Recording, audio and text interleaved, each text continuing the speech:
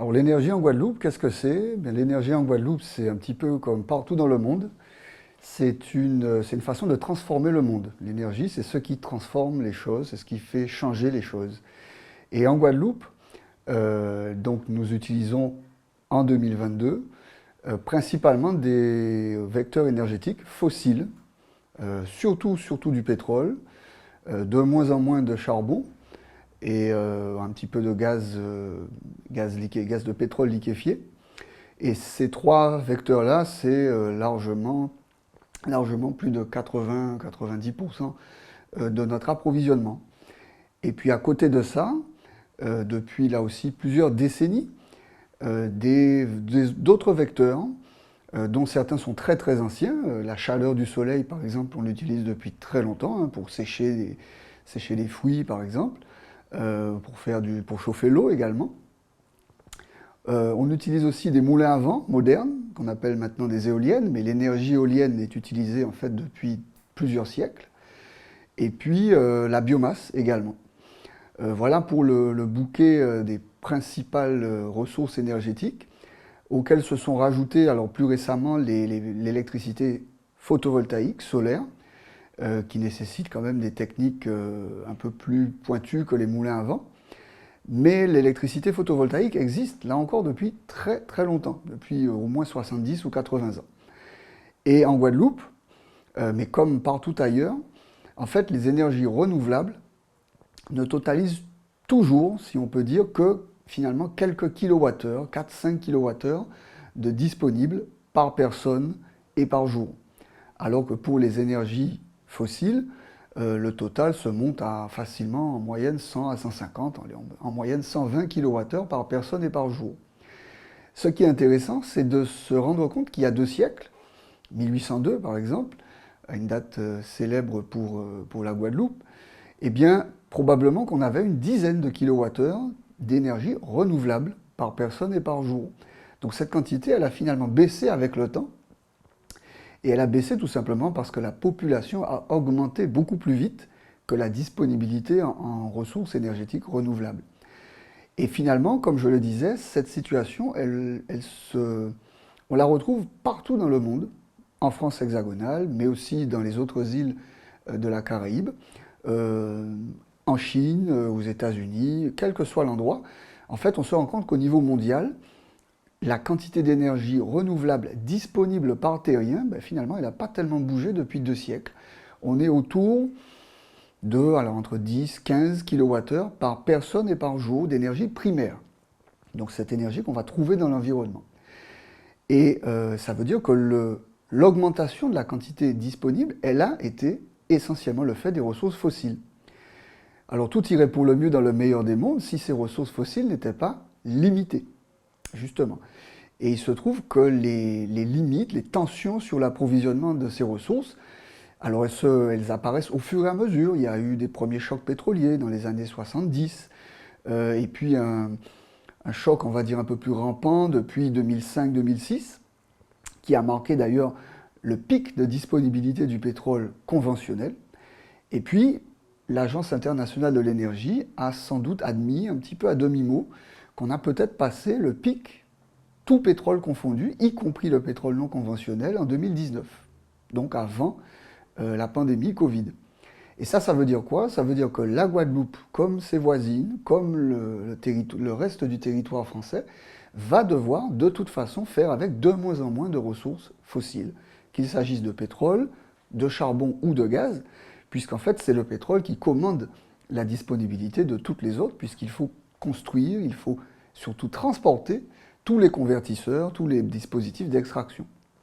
Donc la voie pour la Guadeloupe, l'avenir, c'est essentiellement de travailler énormément sur la sobriété, c'est-à-dire réussir à consommer moins, à chasser tous les gaspillages pour vraiment n'utiliser que les quantités strictement nécessaires là où c'est nécessaire. Et il y a du boulot, mais heureusement, on a une bonne vision maintenant des domaines où on fait beaucoup de gaspillage. On peut parler du domaine des transports, mais même du bâtiment également, où on a perdu la bonne habitude de construire bioclimatique. Et c'est une bonne habitude maintenant à reprendre pour empêcher à la chaleur de rentrer dans les bâtiments, par exemple, ou à la fraîcheur, quand on climatise, de ressortir trop vite, par exemple. Mais c'est vrai aussi donc, de toutes les machines que nous utilisons au quotidien, qu'il s'agisse de faire le jardin, qu'il s'agisse de bricoler. En fait, on a eu tendance à utiliser, comme partout encore, l'énergie un petit peu comme une drogue. Donc c'est un shoot, c'est très agréable, ça facilite énormément la vie. Mais comme toutes les drogues, il y a un effet gueule de bois derrière. Et l'effet gueule de bois, il est double s'agissant des ressources fossiles. C'est à la fois leur disponibilité qui baisse et en même temps leur usage qui provoque des émissions de gaz à effet de serre qui font le climat partir en dérive. Et donc c'est ça notre réalité. Nous sommes à le GIEC, le groupement intergouvernemental d'experts pour le climat, vient de diffuser, là, début avril, le 3e volet du 6e rapport d'évaluation, donc qui fait l'état des connaissances scientifiques, et ils sont sans appel. Le 6e rapport ressemble trait pour trait au 5e, qui lui-même ressemblait au 4e, et ainsi de suite sur les 30 dernières années. C'est-à-dire qu'on sait qu'on est, nous, humanité, et la petite Guadeloupe dedans, on est hors d'équilibre. On utilise trop d'énergie, d'une façon générale, trop de fossiles en particulier, et malheureusement pour nous, les renouvelables, on le voit, ne pourront pas se substituer ni à la bonne vitesse, ni au bon niveau, au niveau de consommation d'énergie. Donc on en revient toujours à cette question de la sobriété. Et dans les 10 ans à venir, eh bien, ça serait quand même pas mal qu'avant 2030, si on veut avoir une chance de garder le réchauffement en dessous de 1,5 degré par rapport à la moyenne pré-industrielle, ça serait bien qu'on divise au moins par 2 les consommations d'énergie en Guadeloupe. Ça veut dire revoir absolument l'ensemble de nos façons de vivre, mais pas forcément en partant d'une feuille blanche. On a une histoire qui est très riche. On a les Kalinago, on a les Nègres-Marrons, on a le Tansorin, il n'y a pas si longtemps que ça, qui peuvent nous donner des pistes de réorganisation de nos systèmes de production alimentaire, des nouvelles idées ou des nouveaux modes de déplacement, et puis également des nouveaux modes de construction aussi, pour arriver à faire mieux avec moins. Ça doit être ça réellement l'objectif majeur de cette transition écologique et solidaire au cours de ce 21e siècle. Donc par exemple, sur les systèmes alimentaires, aujourd'hui nous dépendons en très très grande partie de la logistique faite mondiale qui fait produire notre nourriture à l'extérieur de la Guadeloupe et qui nous fait l'importer. Et qui en plus nous fait conserver au froid pendant parfois des durées assez longues. Tout ça, ce sont énormément de consommation d'énergie. À la place, nous avons un climat tropical qui permet de soutenir une agriculture de type permacultural, donc des jardins créoles ou des agroforêts, qui, dans une île du Pacifique qu'on appelle Tikopia, une petite île des îles Salomon, qui est très isolée, donc qui vit un petit peu contrainte et forcée en autarcie, eh bien cette petite île, qui ressemble énormément à Terre de Bas pour fixer les idées, eh bien elle permet de maintenir depuis plusieurs siècles une population qui est de l'ordre de 1000 à 1500 personnes, donc avec une densité de peuplement qui est tout à fait comparable à ce qu'on a en Guadeloupe. Donc c'est tout à fait possible, contrairement à ce qui se passe dans d'autres régions du monde et même de France, d'avoir une densité de peuplement très importante, tout en ayant des systèmes agricoles qui utilisent très peu d'intrants, quasiment aucune machine, donc très peu d'énergie également, et qui utilisent au mieux l'énergie solaire, la pluie qui tombe, les nutriments recyclés par les micro-organismes dans le sol, pour produire justement à peu près les mêmes choses qu'on est habitué à manger, en tout cas que nos parents, nos grands-parents étaient habitués à manger. On peut parler des fruits à pain, on peut parler des patates, du manioc, des patates douces, du madère. Tout ça, on le retrouve dans cette île de Tikopia, qui a le même climat que le nôtre. Par contre, c'est vrai que sur Tikopia, la structure des emplois n'est pas tout à fait la même. Donc voilà, il y a beaucoup plus de gens qui travaillent de leurs mains pour justement utiliser moins de machines. Et donc, c'est un premier exemple. Alors celui-là est un petit peu extrême, mais on peut parfaitement imaginer des systèmes intermédiaires qui nous feraient surtout sortir des monocultures de cannes, de bananes, qui ne servent même pas à nourrir la Guadeloupe, mais qui servent essentiellement à essayer de nourrir d'autres populations là où la nôtre, elle dépend encore de l'extérieur. Donc, premier exemple. Sur la construction, donc nous avons pris l'habitude, bien sûr, pour des raisons parfois de sécurité ou de confort, enfin d'une notion assez spéciale de confort, de nous isoler complètement de l'extérieur pour pouvoir climatiser, donc à tout va. Le problème, c'est qu'en climatisant aujourd'hui, on a rarement isolé avec la bonne efficacité avant, et donc on se trouve avec des passoires thermiques qui font que non seulement la chaleur peut entrer très facilement dans la maison, et on a malheureusement des exemples de toits très foncés, de toits gris foncé, noirs, qui sont de vrais concentrateurs de chaleur et qui augmentent de façon considérable les besoins en climatisation, par exemple. Donc, le simple fait d'avoir des toits clairs, blancs dans l'idéal, c'est une façon de limiter énormément les flux de chaleur qui vont rentrer. Il est parfaitement possible de marcher pieds nus sur un toit blanc, même à 2 heures de l'après-midi, quel que soit le mois de l'année. C'est strictement impossible dès qu'on a un toit rouge, et encore plus sur un toit gris foncé ou noir, par exemple. Ensuite, la climatisation, elle oblige à travailler sur l'étanchéité, et donc à empêcher finalement le vent de traverser.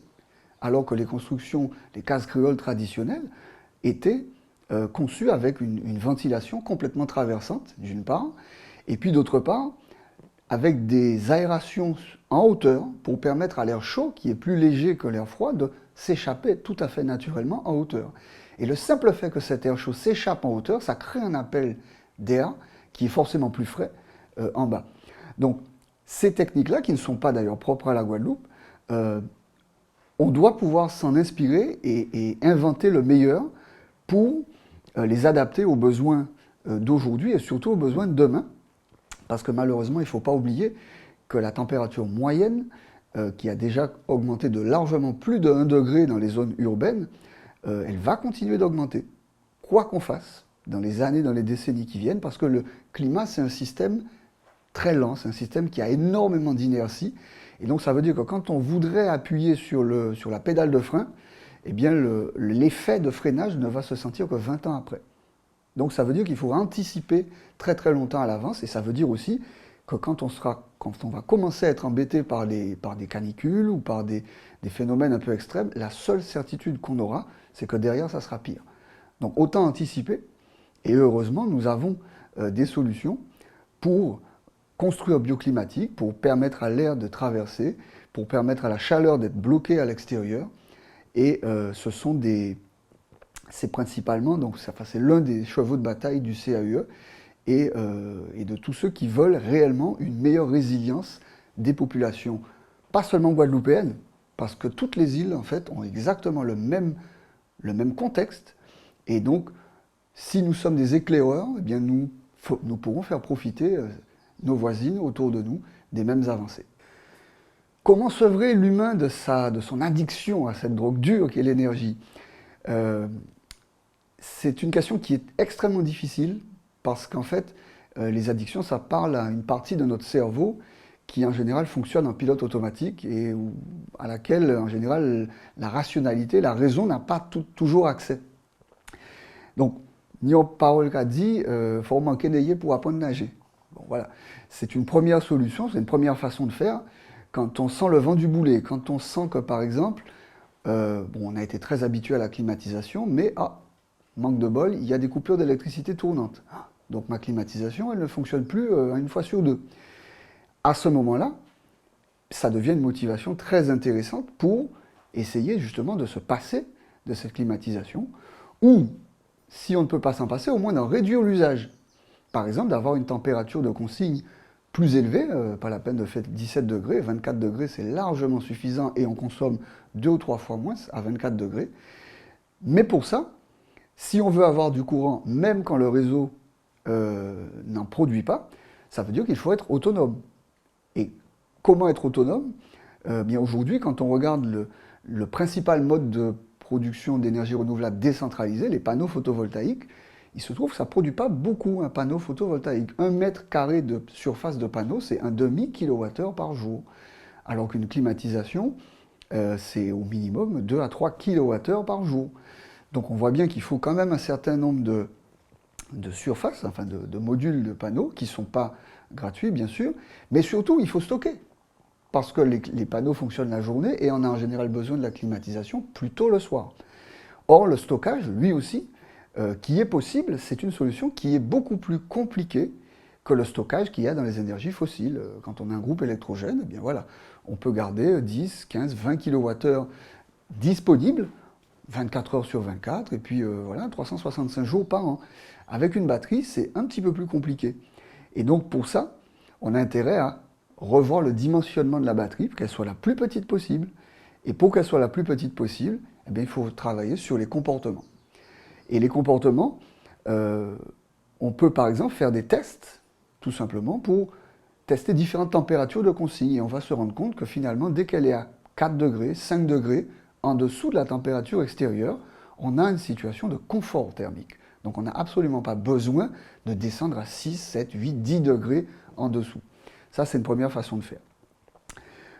Une autre façon de faire qu'on connaît beaucoup en ce moment, puisque c'est la guerre en Russie, en Ukraine, enfin en Ukraine à cause de la Russie, qui fait grimper le prix de toutes les ressources fossiles, du carburant en particulier, eh bien, là encore, quand on a une voiture dont le plein, pour la première fois, va dépasser 80 euros, ou 100 euros, ou 120 euros, et que ça n'est qu'un début, parce qu'on pourrait très bien avoir du prix des carburants à 3 euros, 5 euros le litre, même si c'est de façon ponctuelle, mais ça peut durer plusieurs semaines quand même. Hein. Donc ça aussi, le fait de faire ces simulations, ces expériences de pensée, eh bien ça permet là aussi de se demander, tiens, est-ce qu'il n'y a pas moyen pour moi de conduire différemment, avec un œuf sous le pied droit? Est-ce que si ma voiture est un peu âgée et que je veux la changer, est-ce que je suis obligé d'en prendre une aussi grosse, voire aussi lourde, voire encore plus puissante? Est-ce que finalement je n'ai pas le même service de transport, non seulement pour moi, mais pour 2 ou 3 autres personnes, avec une voiture qui serait 20% plus légère, dont 20% plus économe, etc., etc. Mais encore une fois, pour arriver à ce type de raisonnement-là, il faut sortir du paradigme quel que soit ce que je dépense, je réussirai à gagner davantage. Il faut plutôt se dire à l'inverse, je vais gagner de moins en moins, et donc, comment je réduis mes dépenses davantage que mes revenus ne vont baisser. Ça, c'est quelque chose qui est gagnant-gagnant à tous les coups, mais c'est sortir de sa zone de confort. Et évidemment, personne n'aime sortir de sa zone de confort. Seulement, ça n'est pas parce qu'on ne veut pas qu'on ne va pas quand même en sortir. Je prends très souvent l'image de la civilisation thermo-industrielle et de la Guadeloupe, hein, comme étant quelqu'un qui marche dans un couloir avec le plafond dont la hauteur se réduit au fur et à mesure. On voit le plafond qui se réduit. Bon. On n'a que 2 options si on veut continuer d'avancer. Soit on va attendre de se cogner sur le plafond et ensuite se baisser avec une bonne bosse, ou alors on va anticiper. Et pour ne pas avoir la bosse, on va se baisser avant de se cogner. Mais de toute façon, on sera obligé de se baisser. Et c'est ça qu'il faut comprendre. Donc, d'une manière plus générale, c'est vraiment un appel à la sagesse populaire, hein, finalement. Il y a des choses qu'on ne peut pas éviter, le vieillissement, on ne peut pas l'éviter, mais on peut bien ou mal vieillir, si on anticipe ou si on n'anticipe pas. Pareil pour la transition énergétique, pareil pour la sobriété.